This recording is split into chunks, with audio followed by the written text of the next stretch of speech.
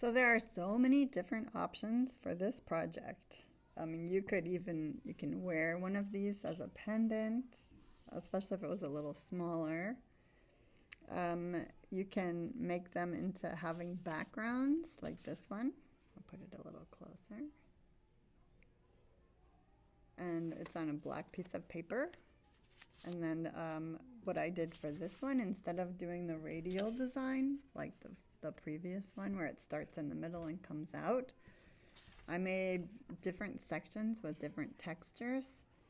And then I repeated the textures that are on the metal onto the background. And I'm just about finished coloring this one. And you can add textures to them with different colors, add more details to them, like I did with these baseball looking shapes, or bubbles, or the centers of the flowers.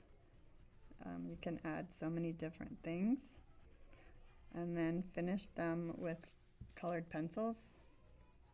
I used black paper, and then these are Prismacolors, which you could blend, but you can also just use any kind of color that's going to look good on the paper.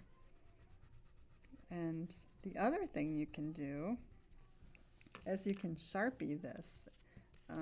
If you're here in 3rd grade when we made the shields, we Sharpied that foil, and it colored the foils. So you could Sharpie these, and like I could make a green background and then different colored flowers, or you can leave the metal just plain if you like it like that. So the Sharpie would stick to the metal, but if you used regular markers, it'll rub off. Another thing people do is they'll take shoe polish and put it on there and then rub it off with a cloth, and then the raised embossed repoussé lines will stay silver when you rub it off, and then the lower parts will stay that shoe polish kind of color. Or sometimes if you have India ink, that also works. So I'm just going to finish coloring this part, and this one will be finished with different textures that are repeating on the outside of it.